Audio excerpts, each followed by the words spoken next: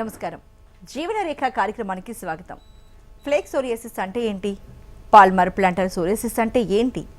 Scalp psoriasis అంటే ఏంటి? Psoriasis రావడానికి ప్రధాన కారణాలు ఏమంటారు?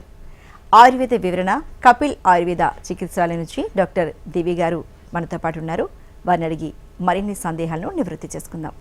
అలాగే మీ సందేహాలను స్క్రీన్ పైన ఈ స్క్రోల్ అవుతున్న నెంబర్స్కు ఫోన్ చేసి నివృత్తి చేసుకోవచ్చు. నమస్తే డాక్టర్ దివి గారు. నమస్తే. దివి గారు, అసలు సోరియాసిస్ అంటే ఏంటండి? ఏ లక్షణాలు కనిపిస్తే అది సోరియాసిస్ అని మనం భావించవచ్చండి? సోరియాసిస్ ఇది మన ఆయుర్వేద ప్రకారం దీని కుష్ఠ వ్యాధి అని చెప్పబడింది. మన ఆచార్యులు అనేది కుష్ఠ వ్యాధిగా బింబించారు. సో ఈ కుష్ఠం ఏంటంటే చర్మం మీద వచ్చే ఏ సమస్యమైనా ఈ కుష్ఠ విభాగంలో డివైడ్ చేశారు. సో ఫస్ట్ ఇది ఎలా ఫామ్ అవుతుంది, ఈ స్కిన్ ఫార్మేషన్ ఎలా ఉందంటే ఫస్ట్ ఏంటంటే నార్మల్ స్కిన్ బాడీ కండిషన్లో ఏంటి నెలకి నెల రోజులు పట్టుద్ది స్కిన్ ఫార్మేషన్ అవ్వడానికి. కానీ ఈ సోరియాసిస్ కండిషన్ అంటే ఏంటంటే 3 నుంచి 4 రోజులకి పై పొరలు అనేది రాలిపోతూ ఉంటుంది. సో ఈ రాలిపోతున్న క్రమంలో ఏంటి లోపల ఉన్న కణజాలు అంటే బ్లడ్ సర్క్యులేషన్, బ్లడ్ వెజల్స్ అని విపరీతంగా మనకి బ్లడ్ ఫార్మేషన్ సర్క్యులేషన్ అవుతూ ఉన్న క్రమంలో పై చర్మం అనేది రెడ్డిష్ ఫార్మేషన్ కానీ దురద కానీ స్కిన్ అది చాలా మందంగా అవ్వడము అండ్ ఇంకోటి అంటే హైపర్ పిగ్మెంటేషన్ అంటే నల్లటి మచ్చలన్నీ అబ్జర్వ్ చేస్తుంటారు ఆ కండిషన్స్ వాళ్ళు. ఇక్కడ ఏంటంటే ఫస్ట్ మనము ఏంటి మన బాడీలో ఏంటంటే ఇమ్యూనిటీ బ్యూస్ట్ అనేది ఫస్ట్ ఇమ్యూనిటీ అనేది కరెక్ట్గా ఉండాలి. ఈ సోరియాసిస్ ఏంటంటే ఆటో ఇమ్యూన్ డిసార్డర్ ఇందులోనే ఉంది. ఆటో ఇమ్యూన్ అనేది ఏంటంటే ఈ కండిషన్ సోరియాసిస్ వాళ్ళకి అంటే ఇమ్యూన్ అనేది కొంచెం ఉండొచ్చు. సో ఈ స్కిన్ కండిషన్ ఏంటంటే లోపల మన white blood cells and red cells ఉంటాయి. ఈ వైట్ బ్లడ్ సెల్స్ ఏంటంటే ఇమ్యూనిటీ కొంచెం మన రక్షించబడుతుంది. లైక్ ఎనీ వైరస్ కానీ బ్యాక్టీరియాస్ కానీ హెల్ప్ఫుల్ చేయడానికి యూస్ఫుల్ అవుతుంది. కానీ ఈ ఇన్ఫెక్టెడ్ అంటే ఈ సోరియాసిస్ ఎఫెక్ట్ అయిన పర్సన్స్లో ఏంటంటే హాని చేస్తుంటుంది. అంటే ఆరోగ్యంగా ఉన్న కణాలని కూడా ఎఫెక్ట్ చేస్తూ ఉంటుంది. సో ఇలా కండిషన్ ఉన్న వాళ్ళకి ఎక్కువగా ఉన్నా కూడా it will effect the normal organs or anything condition. తక్కువ ఉన్నా కూడా ఎఫెక్ట్ చేస్తూ ఉంటుంది.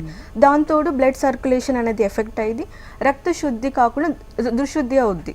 అంటే ఇంప్యూరిటీ అనే ఫార్మేషన్ ఆఫ్ బ్లడ్ అనేది ఫామ్ అవుతూ ఉంటుంది.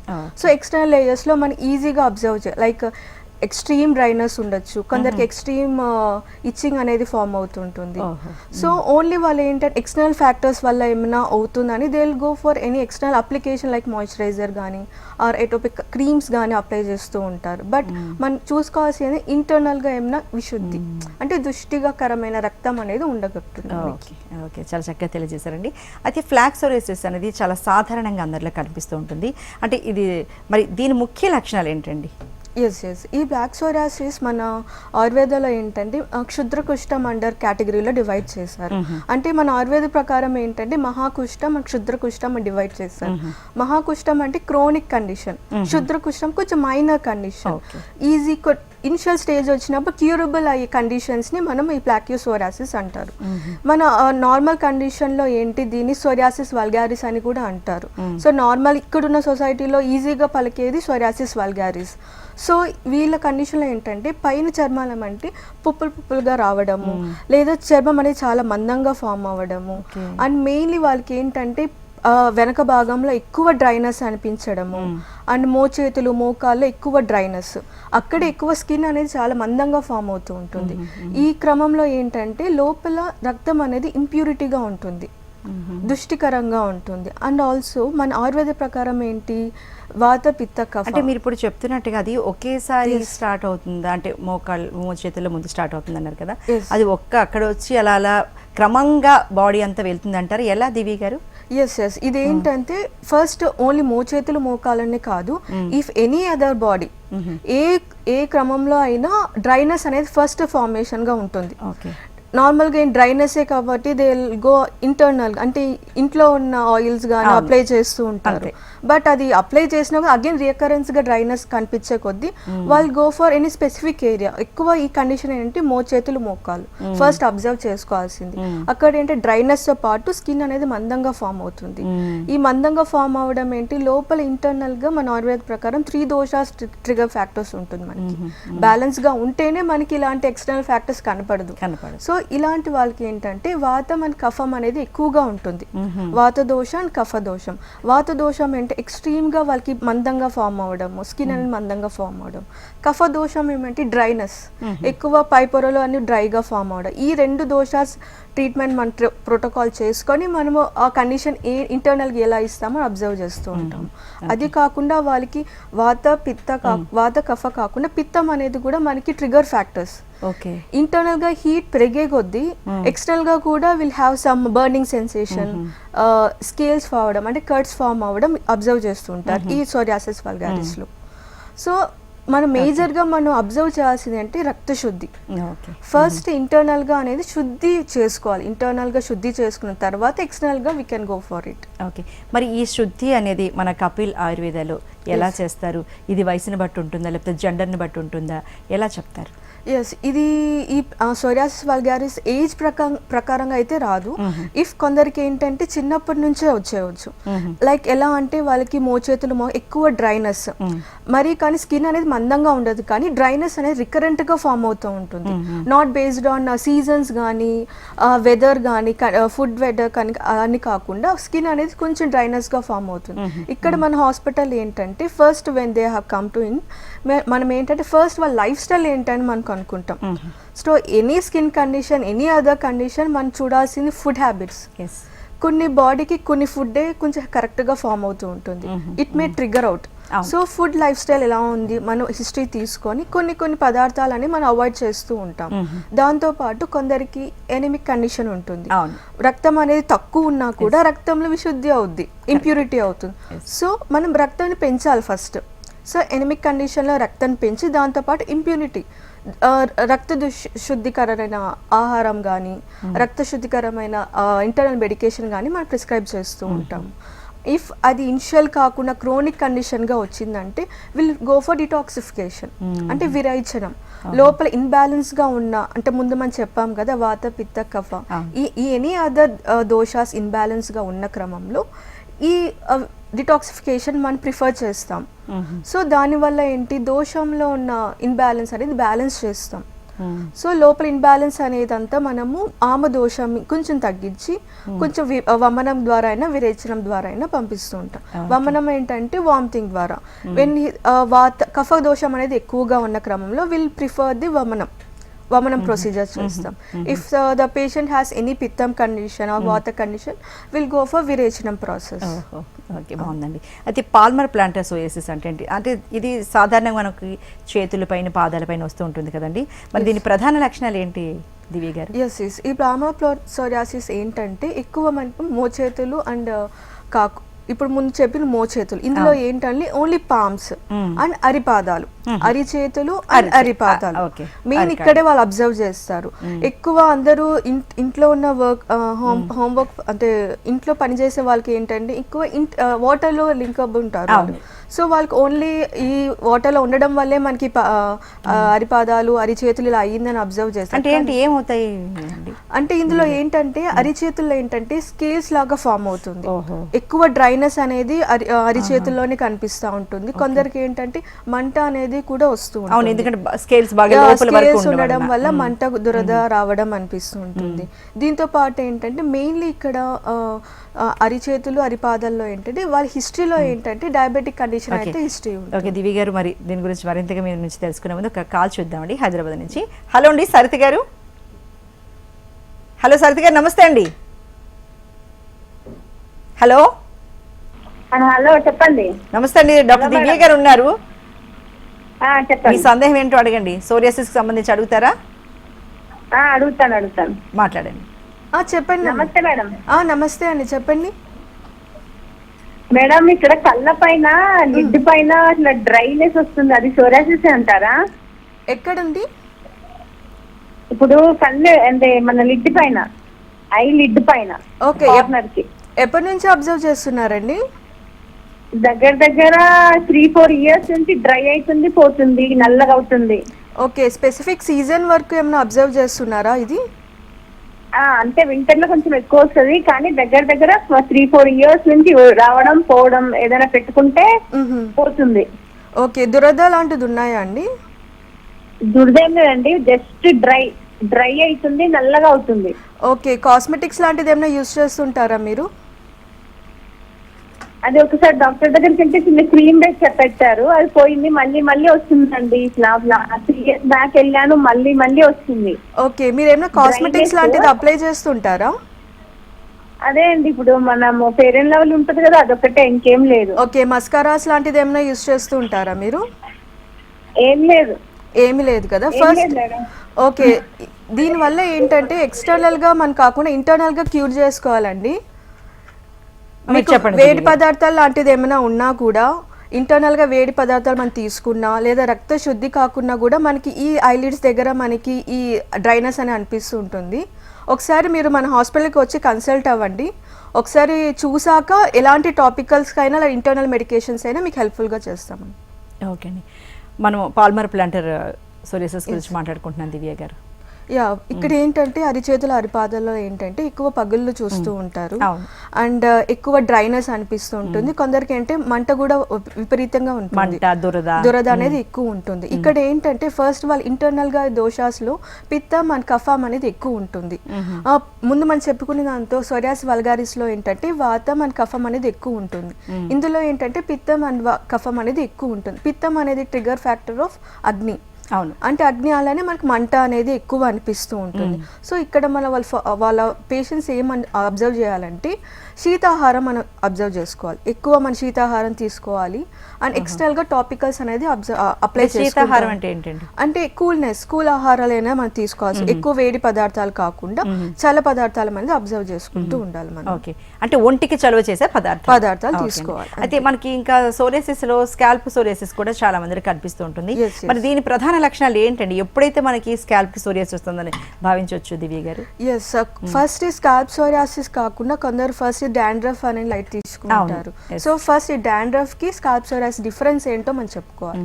డాండ్రఫ్ ఏంటంటే ఫస్ట్ స్కాల్ప్ పైన ఉండేది జస్ట్ ఇయర్స్ అంటే హెయిర్స్ మధ్యలో మాత్రమే ఉంటుంది.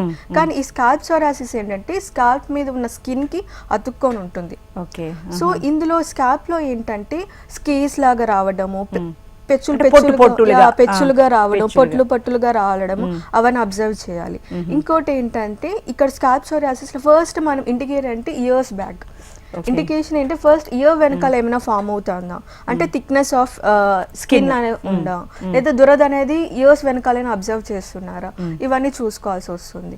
ఈ డాండ్రఫ్ రిలేటెడ్ ఏంటంటే దే విల్ గో ఫర్ అంటే weekly once, weekly twice, or రోజంతా అంటే లైక్ మీరు వారం మొత్తము హెడ్ బాత్ చేస్తేనే రిలీఫ్ అని అంటుంటారు.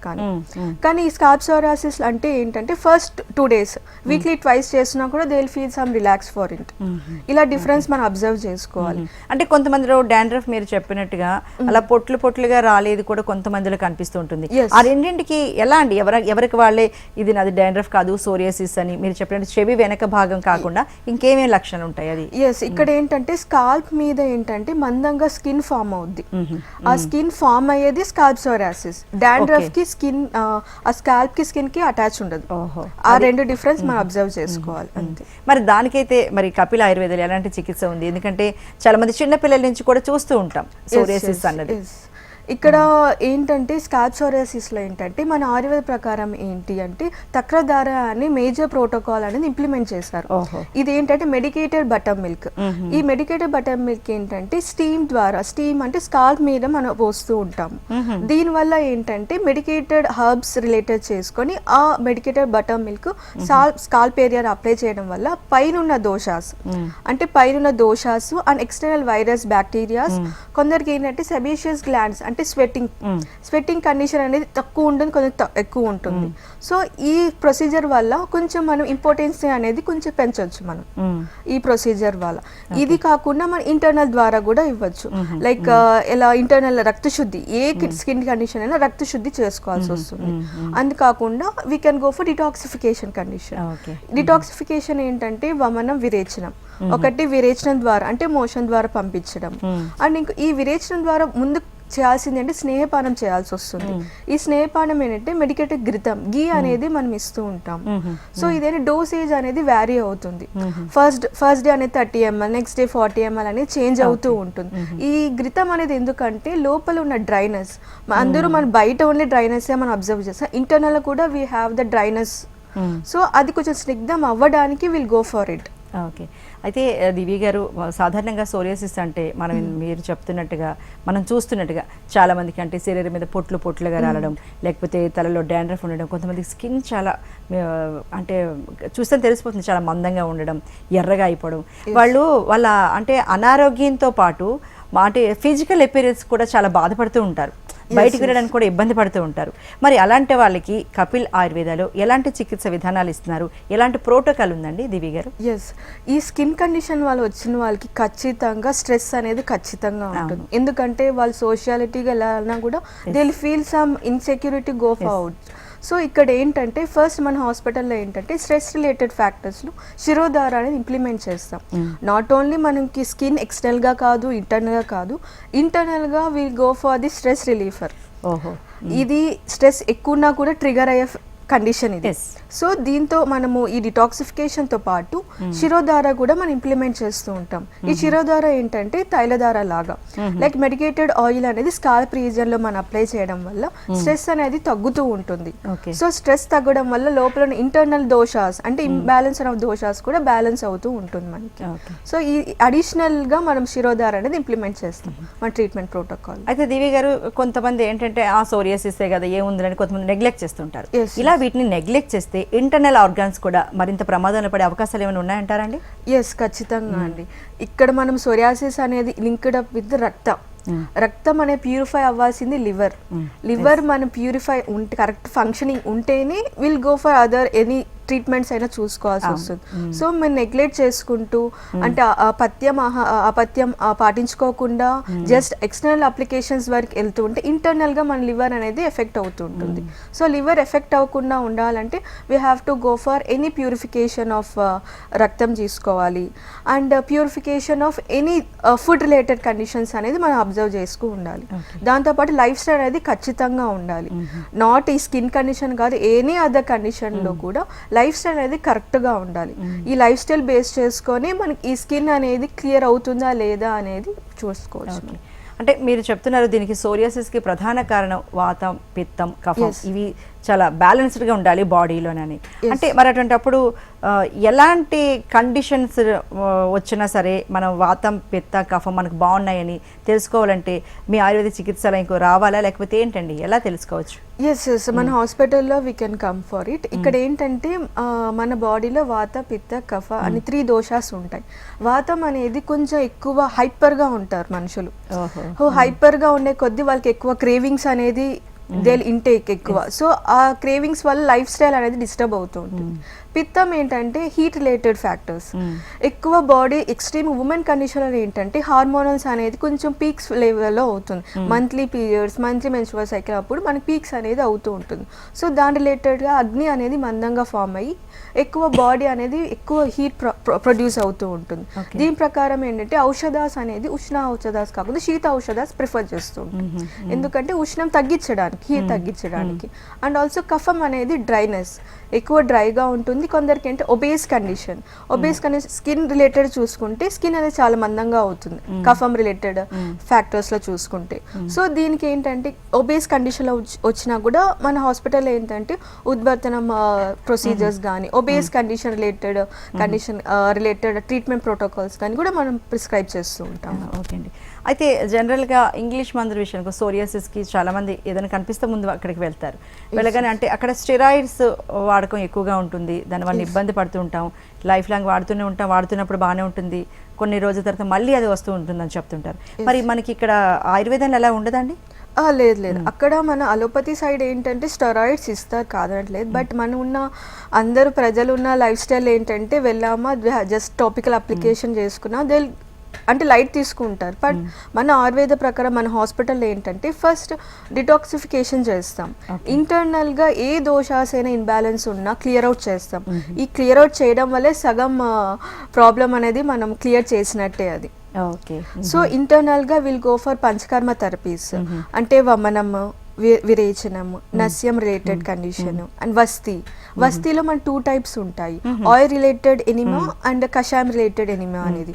ఇది ఈ ఈ కషాయం related enema and oil related enema ఏంటంటే వాత దోషాన్ని కొంచెం ఎగ్జాబిలేట్ అవ్వడానికి, ఎక్స్పెల్ అవ్వడానికి. ఓకే, అంటే ఇవి అన్ని ఎలాంటి అనారోగ్యం ఉన్నా వాటిని దూరం చేసుకోవడానికి ఇవన్నీ పనికొస్తాయి. పనికొస్తుంది. కేవలం సోరియాసిస్ మాత్రమే కాదు, ఓవరాల్ బాడీ బ్యాలెన్స్ అవ్వడానికి we can go for this panchakarma protocol.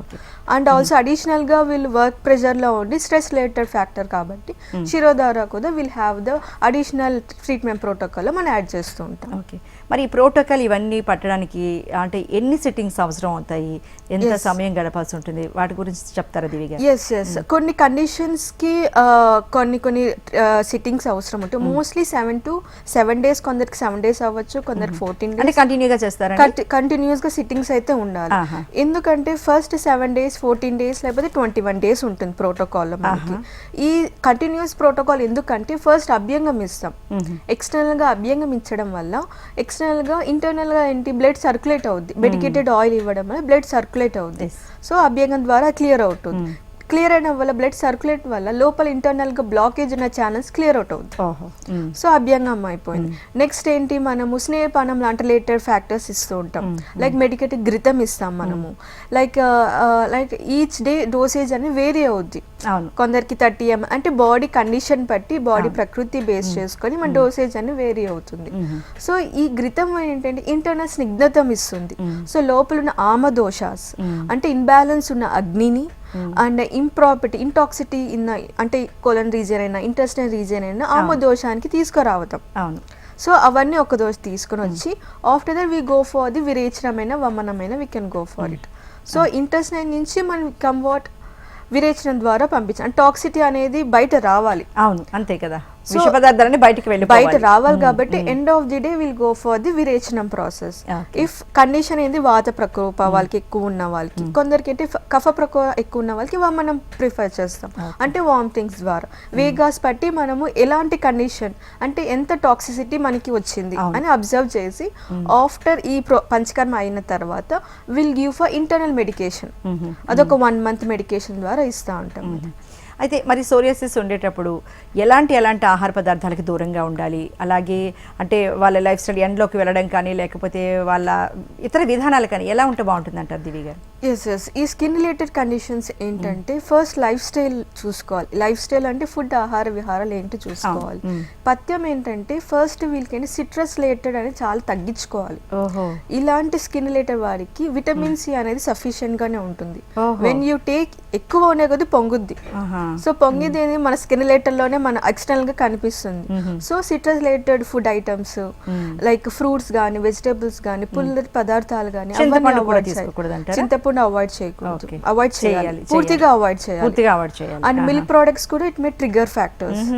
Milk products మన గ్లైకోజన్స్ అనేది కొంచెం పీక్స్ వెళ్తుంది కాబట్టి మిల్క్ ప్రోడక్ట్స్ లైక్ పన్నీర్ కానీ, మిల్క్ కానీ, కాఫీ అడిక్ట్స్ కానీ అండ్ మిల్క్ షేక్స్ కానీ అలా అన్ని కొద్దిగా అవాయిడ్ చేసేయాల్సి వస్తుంది. అండ్ దాంతోపాటు డ్రైగా ఉన్న పదార్థాలు like fried items, pan fry items లాంటివి అవాయిడ్ చేయాలి. అండ్ ఎక్కువ మనం శీతాహారాలు తీసుకోవాలి. ఎక్కువ డీహైడ్రేట్ అవ్వకుండా నాన్ వెజ్ అనేది పూర్తిగా అవాయిడ్ చేయాలి. ఇందులో ఏంటంటే ప్రోటీన్ ఇంటేక్ అనేది ఎక్కువ ఉంటుంది మన బాడీలో. ఇంకా మనము తీసుకునే కొద్దీ ఇంకా దురద అనేది ఎక్కువ ఎక్స్ట్రీమ్ గా ఫామ్ అవుతుంది. అండ్ ఉన్న ఇన్షియల్ ని కూడా క్రోనిక్ గా చేస్తుంది.